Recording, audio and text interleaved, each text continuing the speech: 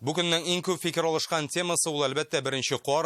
Бу көз уртасы өчен әлбәттә рекорд. Моның кадәр корның безнең республикада бу айларда 56 ел дәвамында булганы юк иде. 23 сентябрьдә яуган кор һәм алда безне нәрсә көткәне хакында Гөлнас Сайфетдинова җиткерер.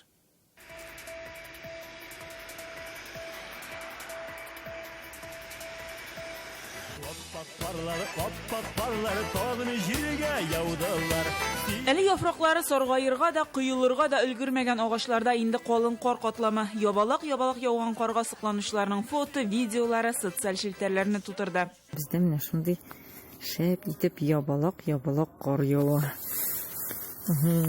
Карасында кар кышка ясарлык рәхәтләндереп.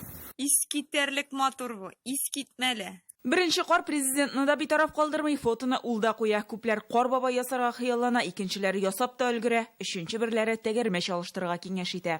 Давайте переходить на зимнюю резину. Казан ярты гасыр элек булган рекордны кабатлады. Башкалага төн ичендә 6 мм кар төшә.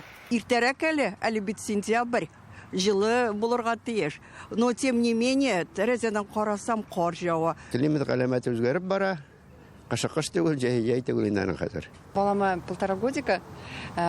Бүген беренче тапкыр тәрәзәдән аңа ак карны күрсәттек. Явым-төшем иртә беләнгә кадәр эреми, моны беренче кар катлама яту дип атый белгечләр. Бу төньяк циклонының активлыгы нәтиҗәсе. Наша метеостанция. Безнең университетның метеостанциясе күзәтүләрен 1966 елдан алып бара. Шул вакыттан бирле бу вакытта сентябрьнең 20-нче көзге көн-төн тигезлеге көнендә кар яуганы булмады. 1978 елда 3 октябрьдә яуган иде, әмма бу барыбер соңрак. Халыкта беренче кар яуганнан соң бер айдан кар ятачак дигән сынамыш бар. Гидрометеорология үзәгендә кыш ноябрь уртасында гына киләчәк диләр. Әмма температура бу атнада рекордлы салкын торачак.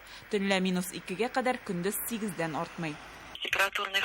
Температура хәзер нормадан 6-7 градуска түбәнрәк. Мондый һава торышы октябрь уртасына туры килә. Бу юлы төньяк көнбатышның салкын җилләре сәбәпчә Арктикадан салкын һава килә. Яңгыр, юеш кар атна буена явачак. Калнырак киенергә, уяулыкны арттырырга кирәк. Юлларда урыны белән бозлавык булуы ихтимал.